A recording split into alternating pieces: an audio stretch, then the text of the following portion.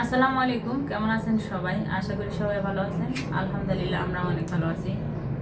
তো প্রতিদিনের মতন আরও একটি নতুন ভিডিওতে আপনাদের সবাইকে স্বাগত জানাই। চিন্তা করছিলাম সকাল থেকে ভিডিওটা চালু করব, কিন্তু সময়ের অভাবে হয় নাই, কারণ শুক্রবারের দিনে অনেক কাজের চাপ থাকে। তো এখন ভিডিওটা শুরু করতেছি। আজকে রান্নাবান্নার ভিডিওগুলো দেখতে থাকুন কেমন লাগে। আজকে রান্না করব উত্তরবঙ্গের বিখ্যাত আলুর ঘাঁটি, ডিম দিয়ে আলুর ঘাঁটি রান্না করব। তো ভিডিওটি পুরোটাই দেখতে থাকুন, আশা করি ভালো লাগবে। হচ্ছে আলু ধুয়ে নিছি, আলু ধুয়ে পাতিলে বসায় দিছি। এখন ডিমগুলো দিয়ে দিব, দিয়ে আলু আর ডিম সিদ্ধ করে নেব। আমি আমার পরিমাণ মতো আলু নিয়ে নিছি, আলু ধুয়ে পানিতে দিয়ে দিছি। এখন ডিমগুলো দিয়ে দেবো। আলু আর ডিমগুলো আমি সিদ্ধ করে নিব। এই যে চুলাটা জ্বালায় দিলাম, সিদ্ধ হতে থাক, তারপর আপনাদের দেখাবো। আলু ডিম এতে দেখুন, নতুন আলু তো সিদ্ধ হতে বেশি সময় লাগে না। এই যে সিদ্ধ হয়ে গেছে, ডিমও কিন্তু ভালোভাবে সিদ্ধ হয়ে গেছে। এখন নামায় নিব, নামায় আলু আর ডিম সব ছিলিয়ে নিব।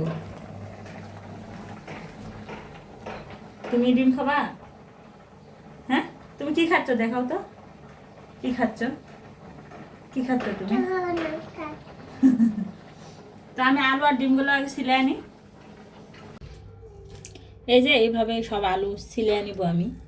সবগুলো আলু ছিলানো হয়ে গেলে তারপরে রান্নায় চলে যাব। আলু ডিম এই যে আমি পানি বারবার চেঞ্জ করে ঠান্ডা করে নিছি। এখন আমি আলুগুলো এইভাবে একই রকমভাবে সবগুলো ছিলে নেব। আমি এখন হাত দিয়ে আলুগুলো ভেঙে ভেঙে নিব।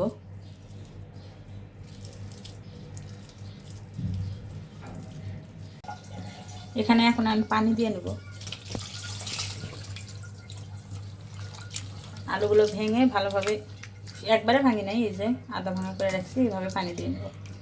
কড়াইয়ের তেল দিয়ে দিছি, তেল গরম হয়ে গেছে। এখন আমি ডিমগুলো ভেজে নেব।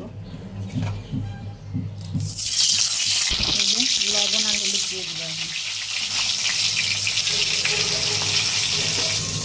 ডিমগুলো আমি কেটে কেটে দিচ্ছি, তাহলে ভালো হবে, খাইতে ভালো লাগবে আর কি, এই জন্য। ডিমগুলো লাল করে ভেজে নেওয়া হয়ে গেছে, হালকা করে ভেজে নিচ্ছি। এখন উঠে নেবো আমি।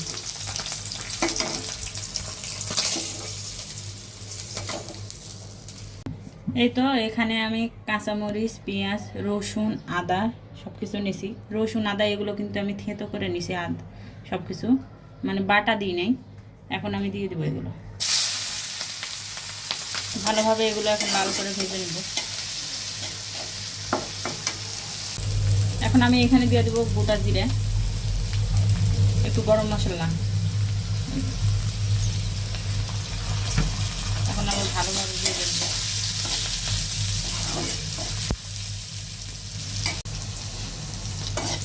এই তো পেঁয়াজ ভাজা ভাজা হয়ে গেছে, লাল হয়ে গেছে। এখন আমি যে আলু সিদ্ধ করে মতো রেখেছিলাম এটা এখন দিয়ে দেব। লবণ, হলুদ, মরিচের গুঁড়া, মশলা দেওয়া হয়ে গেছে। এখন ভালোভাবে কষায় নেব।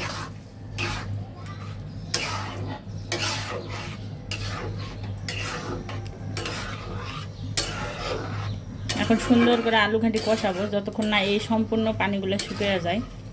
ঝোলটা পুরাটাই শুকিয়ে কষায় নেব একদম, তারপরে তরকারিতে আবার ঝোল দেব।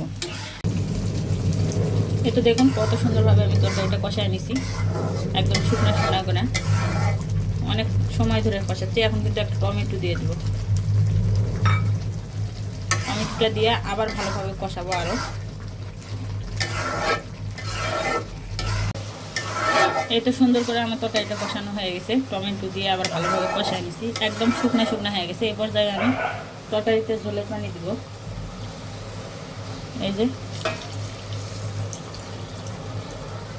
আলুর ঘাঁটিতে কিন্তু পানি একটু বেশি দেওয়া লাগে, কারণ পরে বলক ওঠার পরে ঝোল যতটুকু রাখবো পরে কিন্তু শুকনো শুকনো হয়ে যায়। তারপরে ওই পানি ফুটলে পরে আরও কমে যাবে।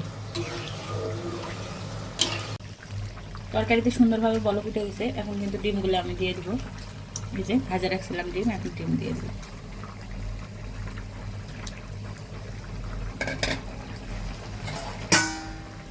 ডিম দেওয়ার পরে আবার সুন্দরভাবে আরেকবার বলক উঠে নেব।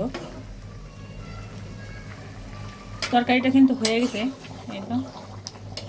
একদম গাঢ় হয়ে গেছে ঝোল। এই যে তরকারি হয়ে গেছে, এখন জিরার গুঁড়ি দিব, যে ভাজা জিরার গুঁড়া তরকারিতে দিয়ে দিলাম।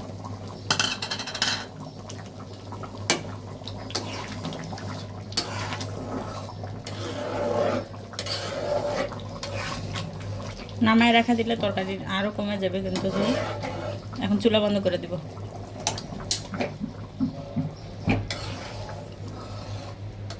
রান্নাটা হয়ে গেছে, এখন তরকারি নামায় নেব। তরকারিটা হয়ে গেছে, উঠে নিচ্ছে এখন।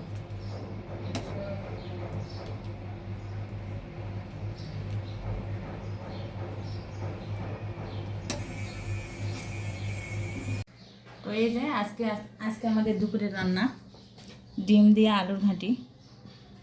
এটা আজকে আমাদের দুপুরের খাবার। রান্না শেষ হয়ে গেছে। তো আমার এই ভিডিওটি যদি আপনাদের ভালো লেগে থাকে অবশ্যই আমার চ্যানেলটি সাবস্ক্রাইব করে দিবেন, একটা লাইক শেয়ার কমেন্ট করবেন। সবাই ভালো থাকবেন, সুস্থ থাকবেন। আল্লাহ হাফেজ সবাইকে।